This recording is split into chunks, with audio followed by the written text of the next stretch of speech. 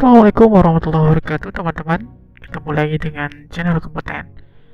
Nah, teman-teman, banyak teman-teman kita yang telah menyelesaikan ujian SKB dan memberikan banyak masukan untuk channel kompeten. Di antaranya adalah eh, ada juga keluar tentang soal-soal terkait dengan kebutuhan cairan, bagaimana tentang memberikan menghitung cairan dan lain sebagainya. Nah, teman-teman channel kompeten, selamat nih ya buat yang lulus untuk ujian SKB. Alhamdulillah ya. Semoga teman-teman yang belum melaksanakan ujian SKB juga bisa segera mengikuti ujian SKB dan bisa mendapatkan hasil yang maksimal tentunya. Baik, kali ini kita akan bahas tuntas latihan soal terbaru ya teman-teman terkait dengan kebutuhan cairan. Kita lanjut langsung untuk pembahasan soalnya. Nah teman-teman, ini adalah soal yang pertama.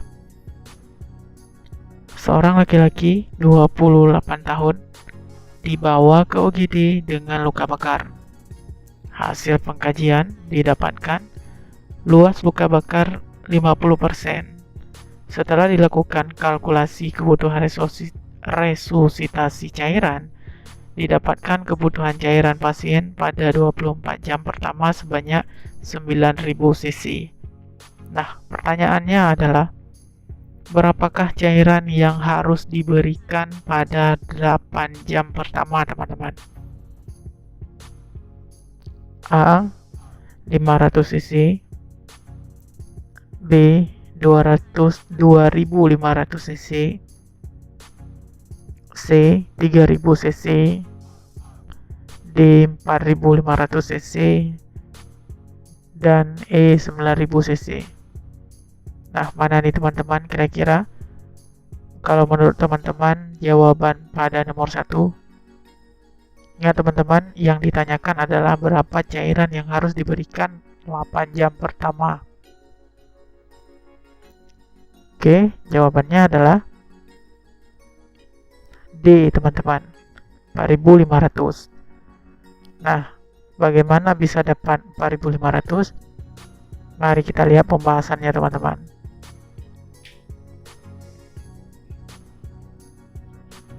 Nah, ini opsi jawabannya tadi, dan ini adalah pembahasannya. Nah, perlu kita ketahui, teman-teman, data fokus di soal ini adalah pasien mengalami luka bakar dengan luas 50%. Yang pertama, kemudian hasil kalkulasi kebutuhan resusitasi 24 jam pertama itu adalah 9.000 cc ya.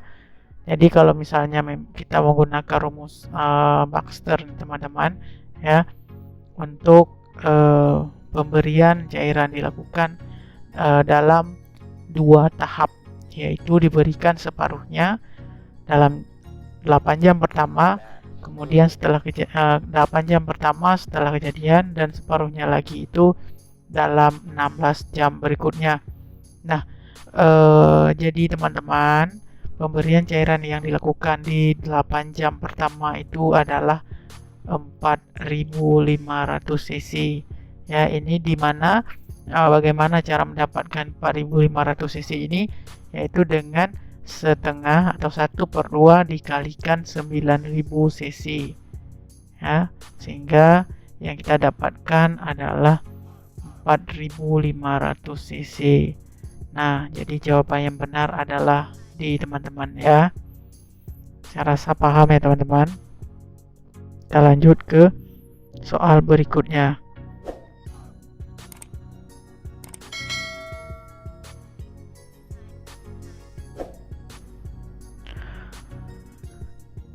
Seorang perempuan 30 tahun dirawat di ruang rawat inap penyakit dalam dengan anemia. Hasil pengkajian ini didapatkan pasien mengeluh pusing dan mual, tampak lemah, pucat, denyut nadi teraba lemah dan cepat. Nah, saat ini pasien mendapatkan terapi cairan aminofluid 500 ml dalam 4 jam dengan tetesan infus makro, teman-teman. Nah, kita lihat untuk pertanyaannya. Nah, berapakah jumlah tetesan infus per menit yang diberikan pada pasien dalam kasus tersebut? A. 30 tetes per menit. B. 36 tetes per menit. C. 40 tetes per menit. D. 42 tetes per menit. Dan E. 45 tetes per menit. Nah, teman-teman, yang ditanyakan di sini adalah berapakah jumlah tetesan infus per menit, teman-teman. Ya. Jadi, teman-teman harus paham benar ya bagaimana cara menghitung tetesan infus ya, teman-teman. Jadi, untuk soal nomor 2 yang benar adalah D, teman-teman, ya. 42 tetes per menit. Nah, gimana bisa mendapatkan 42 tetes per menit? Ya, atau kenapa nomor 2 ini jawaban yang benar adalah D? Ini adalah pembahasannya. Nah, jadi teman-teman, pada soal nomor 2 ini ya teman-teman, kita harus benar-benar menghitung tetesan infus makro ya. Jadi kalau untuk rumus menghitung tetesan infus makro ini adalah 1 cc sama dengan 20 tetes. Nah, jadi kalau misalnya jumlah tetes infus per menit, jadi jumlah tetes infus per menit sama dengan jumlah kebutuhan cairan kali faktor tetesan bagi waktu dalam jam dan kali 60 menit sama dengan jumlah kebutuhan cairan kali 20 dibagi waktu dalam jam 6 kali 60 menit. Nah, kalau misalnya kita lihat data pada kasus di atas, teman-teman, klien mendapatkan cairan aminofluid 500 ml dalam 4 jam. Dalam tetesan infus makro atau Terumo ini, teman-teman, kita bisa lihat kebutuhan cairannya adalah 500 ml dalam 4 jam. Ya. Nah, jika kita masukkan ke dalam rumus, teman-teman, jumlah tetesan per menit ini sama dengan 500 kali 20 dibagi 4 kali 60 ya.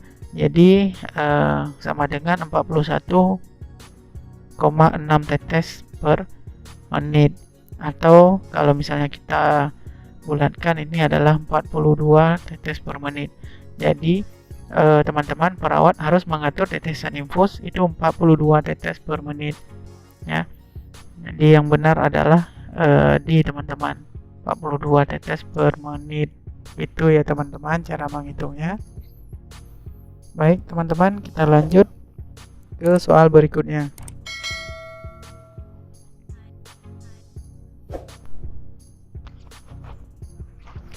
Nah, ini adalah soal nomor 3 teman-teman. Seorang perempuan 35 tahun dirawat di rumah sakit dengan diare. Nah, hasil pengkajian ini didapatkan pasien mengeluh badannya itu lemas, mual, dan muntah. Nah, pasien tampak lemas, pucat, mukosa bibir tampak kering, dan saat ini pasien mendapatkan terapi cairan infus NaCl 0,9% dalam 30 tetes per menit. Nah, pertanyaannya adalah berapakah jumlah cairan yang didapatkan pasien selama 24 jam dalam kasus tersebut? A. 22.160 cc per 24 jam. B. 2.500 cc per 24 jam. C. 2.700 cc per 24 jam. D. 3.000 cc per 24 jam, dan E 3.500 cc per 24 jam.